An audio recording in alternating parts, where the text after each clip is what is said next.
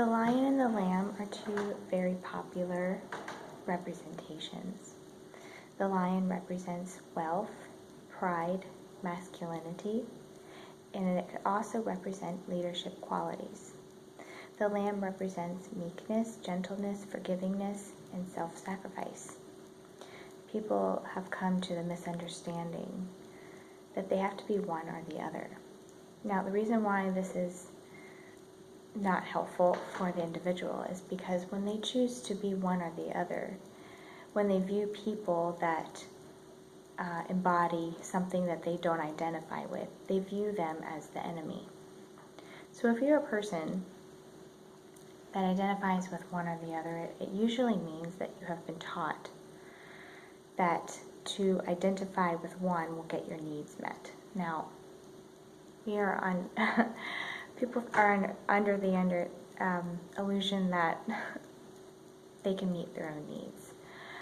Human beings are social creatures, and we are all born within the same soil. So I'm going to be discussing individualism and the collective.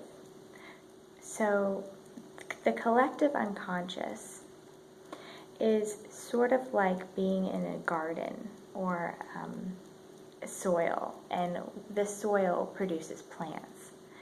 The collective unconscious is like a human mind, or the objective mind or objective psyche.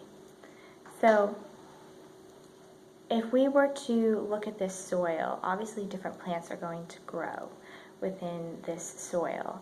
So it could be anything from daisies, flowers, weeds. So basically all of these living beings are individual in their own way, yet they are from the same soil. So essentially the human race and the way the humans operate are all from the same garden.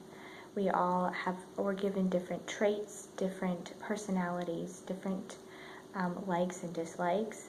So this makes us unique, yet we all want the same things. So I would like you to think for a moment your day-to-day activities or your routines that you have every day. And I want you to ask yourself why you do them. Now, this is very interesting because they're usually done for two things. One, it's because you want a bond or acceptance from other humans or friends or family. So you do these things to be able to have that. Two, your day-to-day activities might also include limiting the ache of separation. So I'm going to give an example. Say someone wakes up every morning and they spend 3 hours doing their makeup. Now, obviously, from a person that loves makeup, I love makeup within itself because that's where I find my creativity. But I'm also aware that the reason why I also do this makeup is because I want acceptance from other people. I might want to be like a makeup artist that I view very highly. So it's going to form some sort of bond. Now, an example of someone that would want to limit the ache of some sort of separation would possibly mean maybe they get up every morning and they might go straight to the gym. So as a person that loves the gym or a person that loves exercise, this person might be aware that the reason why they're going to the gym every day is to feel better about themselves or to feel good. Now, another reason why they might be going to a gym because they feel that if they were to not go to the gym or not be fit, that they wouldn't be accepted. So they don't want to have that ache of not being accepted. So this could be an example of feeling separate. So there's always a positive or a darkness and light to everything that we do. Another individual might wake up every morning and they might drink alcohol before they go to work. Now the intention is pure when they do this, but the reason why people drink in the first place is because they don't want to feel separate from everyone else. So typically alcoholics start out in a group setting. This is the fundamental belief that every addiction starts out with wanting to be connected with another human being, or being connected with other people that are like-minded. However, if this person were to drink alcohol every day before they go to work, there's always a fundamental loneliness that they don't want to feel, and the ache of separation is much more powerful than feeling the ability that alcohol before work probably isn't a good idea. So, as you can see, human beings will go to drastic measures to be connected with each other.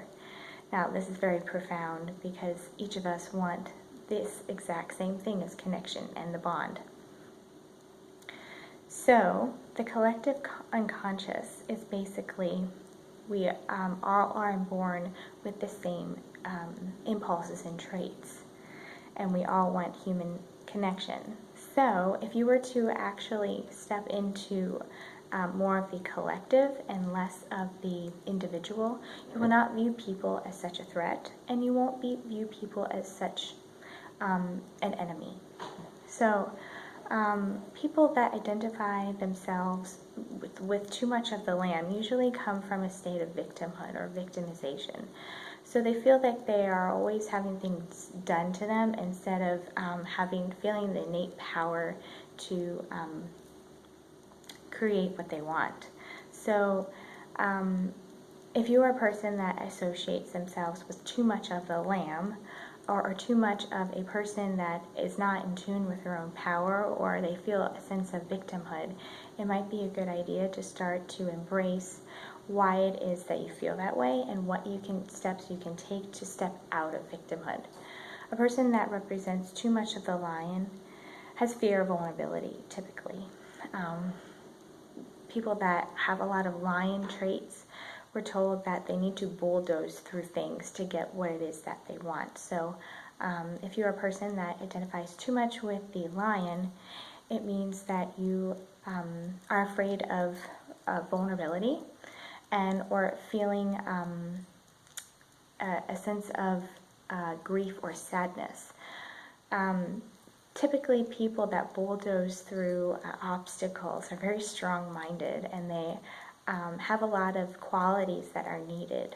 However, typically, too much of one thing is not good. So the purpose of the lion and the lamb is not to pick one or the other. It is to embrace both. I hope you guys have a beautiful day, and I'll see you in my next video.